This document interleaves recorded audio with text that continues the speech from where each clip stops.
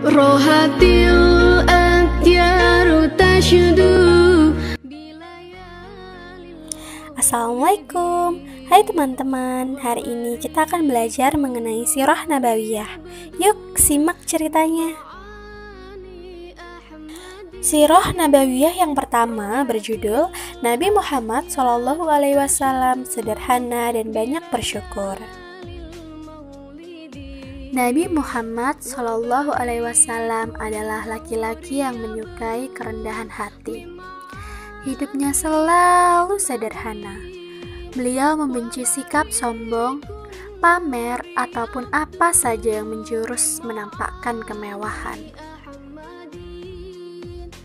Suatu ketika, Rasulullah SAW mendapat jatah harta rampasan perang yang sangat banyak. Maka Rasulullah SAW meletakkan jatah beliau di halaman masjid. Tempat itu segera dipenuhi benda-benda berharga. Namun tidak ada satupun yang dibawa pulang oleh beliau.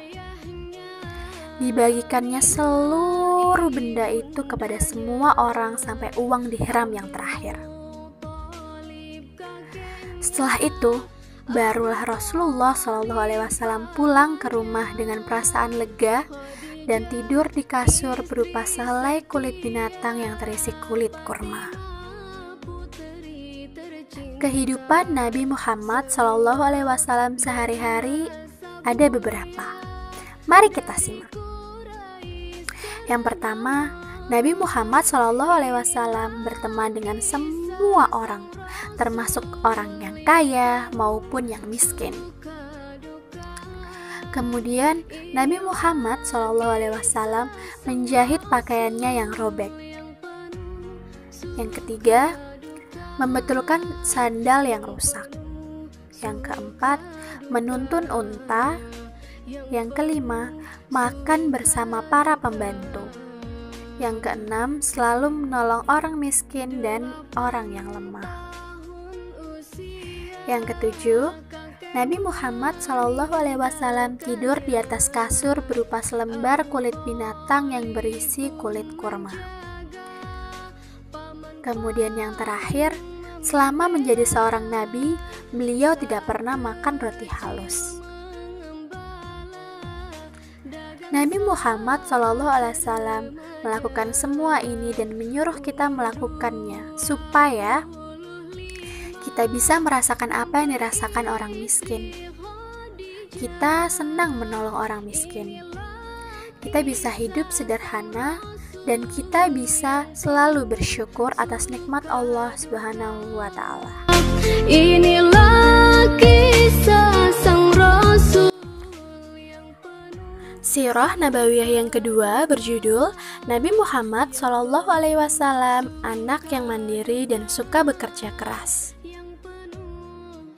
Ketika dalam asuhan Abu Thalib, Nabi Muhammad SAW suka membantu pekerjaan pamannya, seperti membersihkan rumah, menyapu halaman, dan pekerjaan lainnya. Beliau juga terbiasa mencuci bajunya sendiri, membersihkan tempat tidurnya, dan membersihkan peralatan makannya. Dengan demikian, beliau sudah terbiasa untuk bekerja keras, rajin, dan mandiri. Nabi Muhammad bukan hanya membantu pekerjaan pamannya, namun juga membantu pamannya mencari nafkah.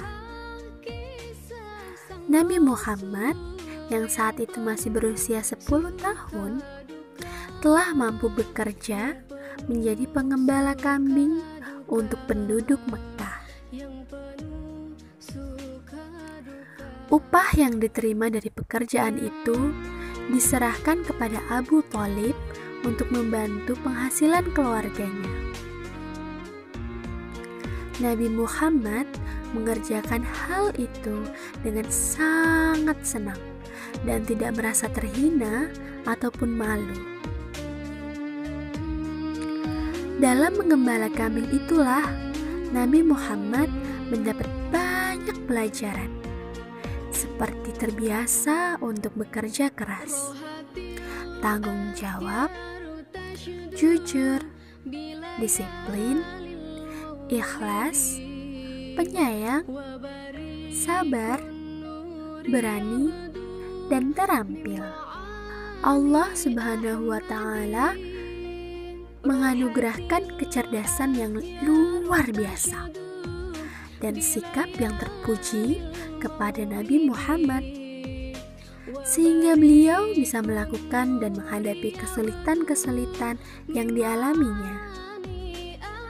Contoh bukti Nabi Muhammad Shallallahu Alaihi Wasallam mandiri sejak kecil. Yang pertama, Nabi Muhammad Shallallahu Alaihi Wasallam berpisah dari ibu dan keluarganya, lalu tinggal bersama Halimah, sehingga Nabi Muhammad Shallallahu Alaihi Wasallam melakukan kebutuhannya sendiri.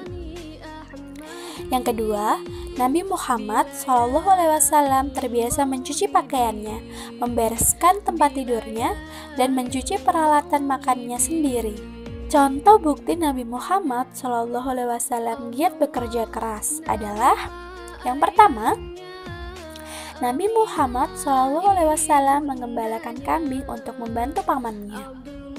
Yang kedua, Nabi Muhammad Shallallahu Alaihi Wasallam suka membantu pekerjaan rumah pamannya, seperti membersihkan rumah, menyapu halaman, dan yang lainnya. Yang ketiga, Nabi Muhammad Shallallahu Alaihi Wasallam ikut berdagang ke Syam bersama pamannya saat berusia 12 tahun. Yang keempat, Nabi Muhammad Shallallahu Alaihi Wasallam mengembalakan kambing milik orang Mekah pada saat remaja. Yang kelima, Nabi Muhammad Shallallahu Alaihi Wasallam dipercaya untuk menjalankan dagangan milik Khadijah hingga mendapatkan keuntungan yang banyak. Nah, sifat-sifat itulah yang sangat berguna dan diperlukan di kemudian hari dalam menjalankan tugas beliau sebagai Nabi akhir zaman dalam memimpin seluruh umat manusia. Sekian dulu ya belajar kita hari ini. Wassalamualaikum warahmatullahi wabarakatuh.